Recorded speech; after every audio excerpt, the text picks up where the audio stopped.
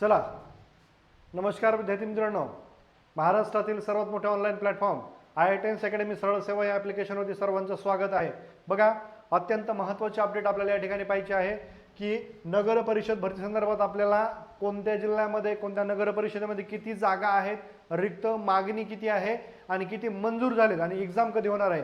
त्यामुळे बाळांनो, सर्व व्हिडिओ तुम्ही लास्टपर्यंत व्हिडिओ पाहणं गरजेचं आहे. बघा, लक्ष द्यायचं आहे आपल्याला या ठिकाणी गट क आणि गट ड साठी, बरोबर आहे, कोणत्या जिल्ह्यात किती रिक्त पदं येतं, जाहिरात कधी येण्याची शक्यता आहे, हे सर्व आपल्याला या व्हिडिओमध्ये पाहिजे. बघा, लक्ष द्या, आपण जर पाहिलं तर सगळ्यात महत्त्वाची गोष्ट आहे काय म्हणतात बघा, तर राज्यातील नगर परिषद नगरपंचायतीच्या आस्थापनेच्या गट क गट ड च्या रिक्त पदाची विविध आयुक्तालय कार्यालयामार्फत प्राप्त केलेली काय बाळांनो तर माहिती आहे आपल्याला. मग इथे एक गोष्ट लक्षात ठेवायची. बघा, लक्ष द्या, आपण जर पाहिलं अमरावती, मग अमरावती नगर परिषदेत 70 जागा येतात गट क च्या आणि ड च्या किती येतात 30 आणि टोटल रिक्त पदे जर पाहिले तर 100 येतं, लक्षात ठेवायचं.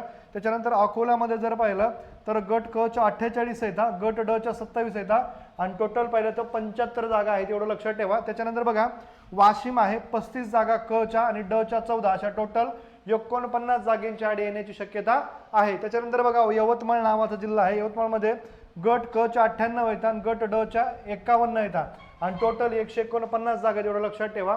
त्यानंतर जर पाहिलं बुलढाण्यामध्ये बघा, गट क च्या 79 येतात आणि गट ड च्या 85, अशा टोटल 114 जागा आहेत, लक्षात ठेवायचे. आणि अमरावती विभागामध्ये टोटल जागा पाहिला गट क च्या तर 330 येतात आणि गट ड च्या 157, अशा टोटल 487 ऍड फक्त अमरावती विभागामध्ये येण्याची शक्यता आहे. त्यानंतर जर आपण पाहिलं दुसरी गोष्ट बघा, आपण पाहिलं तर महत्त्वाची गोष्ट धुळे जिल्हा, धुळ्यामध्ये जर पाहिलं तर 28 क च्या येतात, ड ची 1 आहे, अशा टोटल 29 जागा येतात. नंतर नगरमध्ये जर पाहिलं तर 125 जागा कशाच्या येतात, क च्या, ड च्या 7 येतात आणि टोटल जर पाहिलं तर 132 आहे जागा टोटल, लक्षात ठेवायचं. नंतर बघा, नाशिकमध्ये जर पाहिलं तर 83 जागा क च्या येतात, ड च्या या ठिकाणी जागाच नाही, 83 टोटल येतात. नंतर बघा, जळगावमध्ये क च्या 124, त्याच्यानंतर जर पाहिलं नंदुरबारमध्ये 43 येतात आणि असं जर पाहिलं आपण तर एकूण नाशिक विभागामध्ये 403 जागाची क ची ऍड येणार आहे आणि ड ची 8 जागा येतात, टोटल 411 जागा आहेत, एवढं लक्षात ठेवा.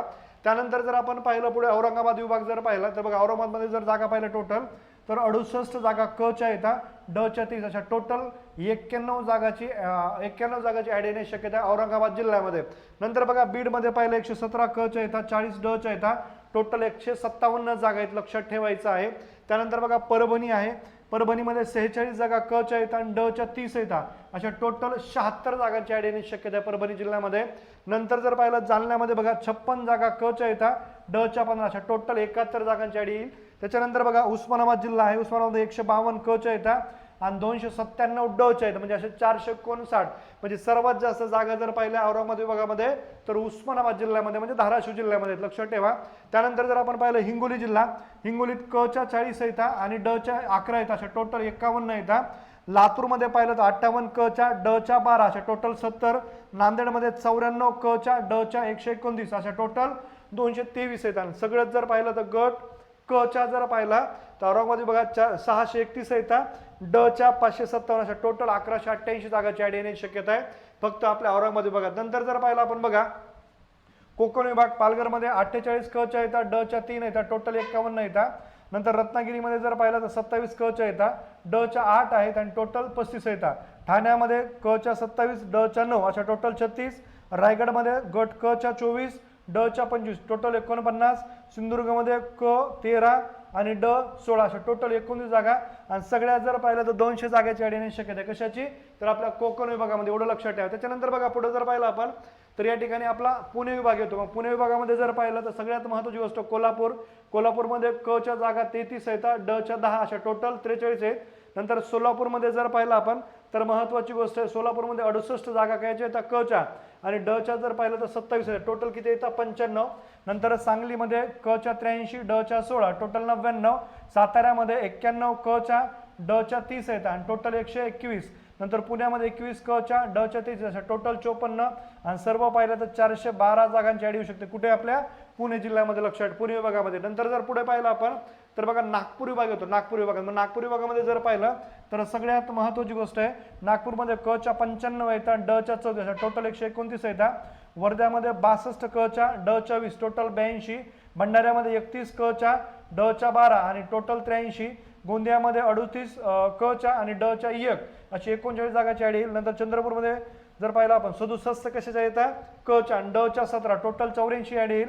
आणि गडचिरोलीमध्ये 59 क च्या आणि ड च्या 4 असे टोटल 63. म्हणजे जर आपण पाहिलं नागपूर विभागात 440 जागांची ॲड येण्याची शक्यता आहे. बरोबर आहे. आणि इथं जर पाहिलं आपण सर्व विभागामध्ये पाहिलं क च्या किती आहेत रे, तर क च्या आहेत बाळांनो बघा 2151 आणि ड च्या पाहिलं तर 987 अशा टोटल 3168 जागांची ॲड येण्याची शक्यता आहे. लक्षात ठेवायचं, कळलं का?